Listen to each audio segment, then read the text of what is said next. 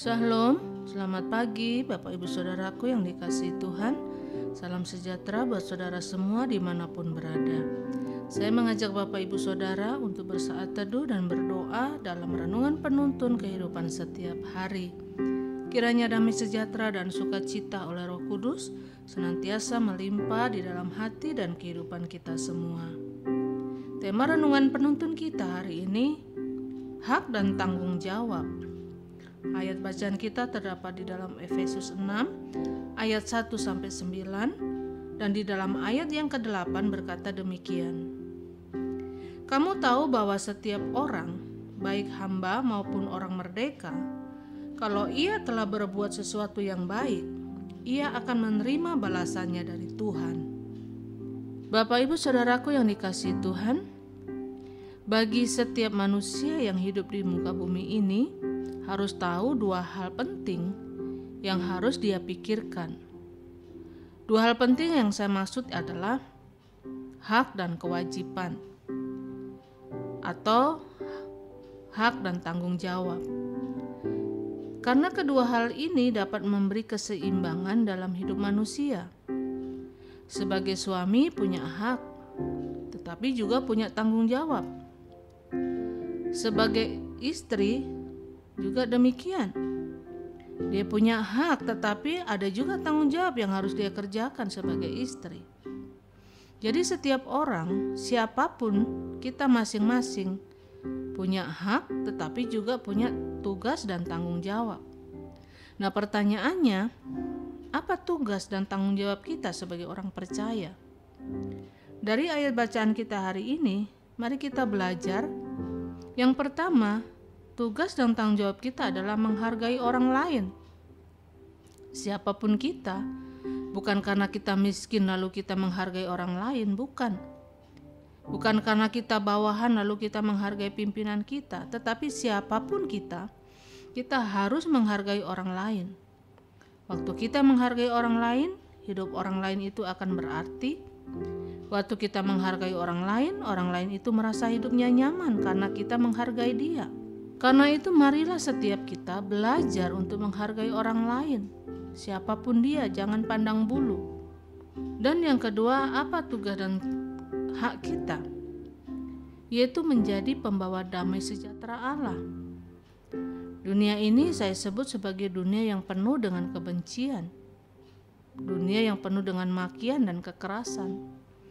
Kalau hidup kekristenan kita selalu membawa damai sejahtera, membawa terang Kristus dimanapun kita berada, maka dapat dipastikan ada dampak yang luar biasa yang akan terjadi.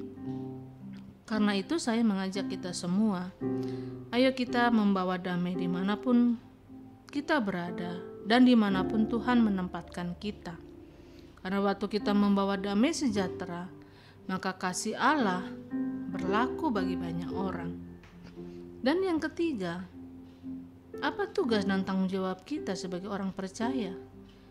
Yaitu hidup efektif dan benar.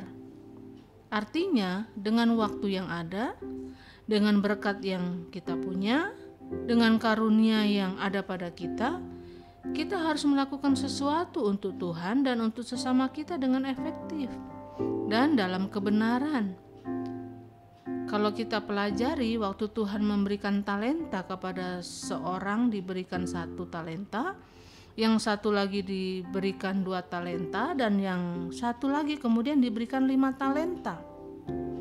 Tuhan memberikan itu semua berdasarkan kemampuan yang mereka miliki masing-masing.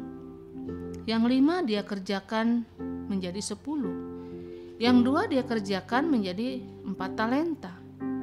Ini yang efektif. Tetapi yang diberi 1 dia simpan dan dia berkata, saya hanya diberi 1. Dan inilah contoh hidup yang tidak efektif. Karena yang selalu dia kerjakan adalah bersungut karena kelemahannya dan kekurangannya. Dan yang keempat, tugas dan tanggung jawab kita adalah memuliakan Kristus dimanapun kita berada. Waktu kita menyadari tugas kita, bahwa kita harus memuliakan Kristus dimanapun kita ada, itu berarti kita tidak gampang untuk memaki orang lain, tidak gampang berkecil hati dalam menghadapi masalah apapun, karena kita sadar bahwa apapun yang kita kerjakan, semuanya itu hanya untuk hormat dan kemuliaan nama Tuhan. Jadi Bapak Ibu Saudaraku yang dikasihi Tuhan, ingat bahwa ketika kita kerjakan segala sesuatu untuk mempermuliakan nama Tuhan, maka kita harus menyadari bahwa ada hak dan tanggung jawab yang harus kita kerjakan, sehingga kita akan mengalami damai sejahtera terjadi dalam hidup kita.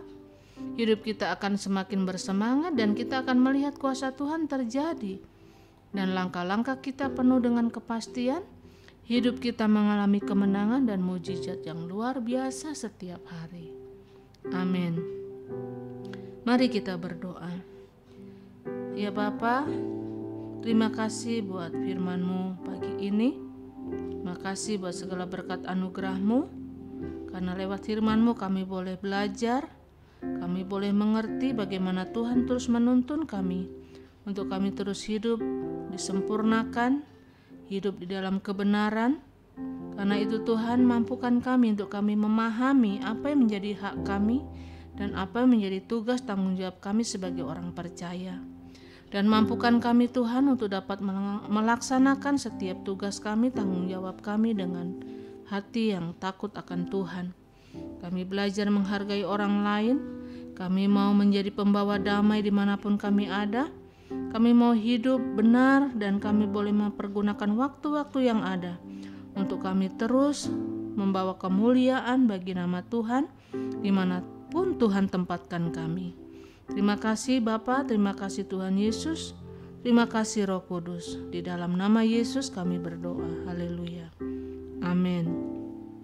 Kiranya berkat yang sempurna dari Allah Bapa kita, kasih karunia dari Tuhan Yesus Kristus, dan persekutuan yang indah dengan Roh Kudus menyertai kita semua dari sekarang ini dan sampai selama-lamanya. Maju terus dalam tuntunan Tuhan, tetap semangat, sampai jumpa esok hari dalam penuntun kehidupan setiap hari, dan Tuhan Yesus memberkati.